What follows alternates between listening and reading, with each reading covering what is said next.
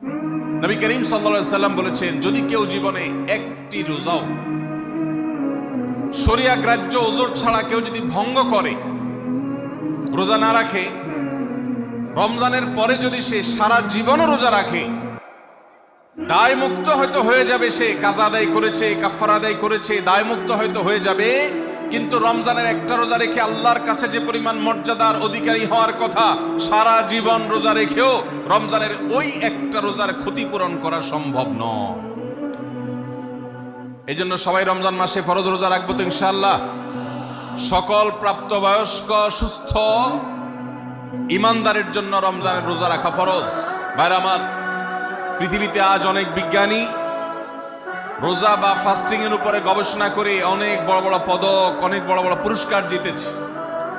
এখন ডাক্তাররাও আমাদেরকে বলে যে একটা সময় আমরা যেন ফাস্টিং করি, একটা সময় আমরা যেন না খেয়ে থাকি, এটা আমাদের স্বাস্থ্যের জন্য ভালো।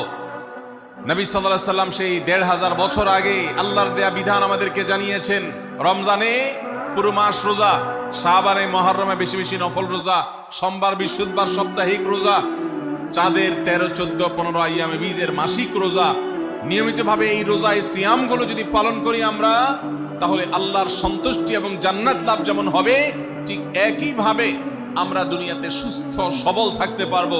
আমাদের শরীরে অতিরিক্ত যে চর্বি তৈরি হয়, বিশেষ করে আজকের বিশ্ব বাস্তবতায়, এই চর্বিগুলোকে বার্ন করার জন্য রোজার কোনো বিকল্প নাই। যদিও চর্বি বার্নের উদ্দেশ্যে রোজা রাখলে সে রোজা রোজা নয়। আমাদের উদ্দেশ্য হবে আল্লাহর সন্তুষ্টি অর্জন, পাশাপাশি পার্থিব উপকারিতা এমনি পেয়ে যাব। আল্লাহ আমাদের সবাইকে রমজান রোজা রাখার তৌফিক দান করুন।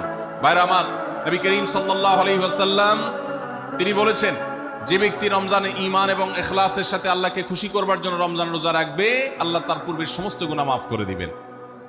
অনেক যুবক আছেন গ্যাস্ট্রিকের অজুহাতে, অনেকে আছেন